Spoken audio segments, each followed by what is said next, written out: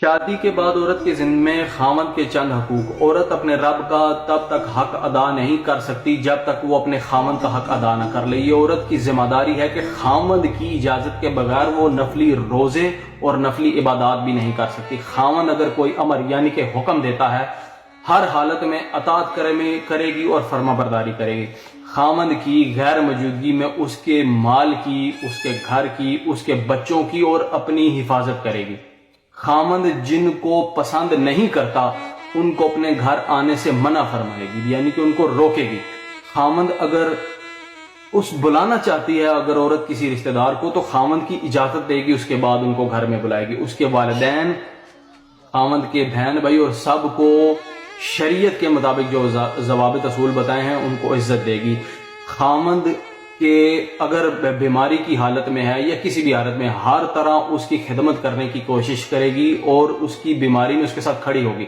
خاوند اگر کسی وجہ سے فائنانشل ویک ہو جاتا ہے، کمزور ہو جاتا ہے پیسے کی وجہ سے، یہ اس کو چھوڑ کر نہیں جائے گی، لیکن اپنی مضبوطی اور اپنے کردار کی وجہ سے اس کے ساتھ کھڑا ہو، جو رسول پاک صلی اللہ علیہ وسلم نے حکم دیا ہے، تاکہ وہ کانفیڈنس ہو، وہ پریشان نہ ہو، کمائی کے لیے وہ حرام کی طرف نہ جائے۔ بیوی اس کو حرام کمائی سے بھی روکے گی۔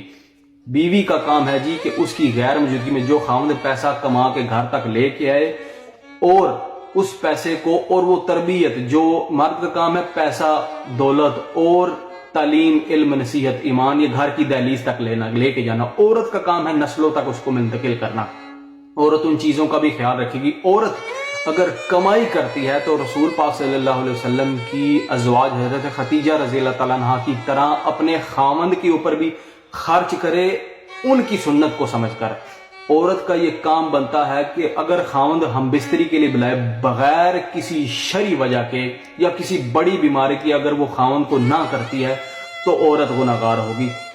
یہاں تک رسول پاک صلی اللہ علیہ وسلم نے بہت سارے ایسی اور چیزیں ہیں جس عورت، یعنی کہ عورت کے لیے یہ بھی حکم ہے، ایک حدیث کا مفہوم ہے کہ وہ اپنے اگر ماں باپ سے ملنے جانا چاہتی ہے تو اس کے لیے بھی خاوند کی اجازت ضروری ہے، اس کے بغیر وہ نہیں جا سکتی۔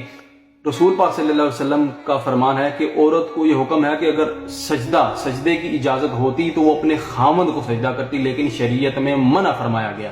یہاں تک کہا گیا ہے کہ وہ حق نہیں ادا کر سکتی کہ عورت خاوند کے جسم کے اندر پیپ پڑ گئی اور پیپ کرنے کے بعد وہ گل سڑ گیا اور اس زبان سے چاٹ کر بھی اس کو صاف کرے تو تب بھی خاوند کا حق ادا نہیں کر سکتی۔ یہ آپ گن لیجیے گا، یہ وہ حقوق ہیں جو عورت کے اوپر لازم ہے کہ وہ ہر حالت خاوند کے لیے پورا کرے۔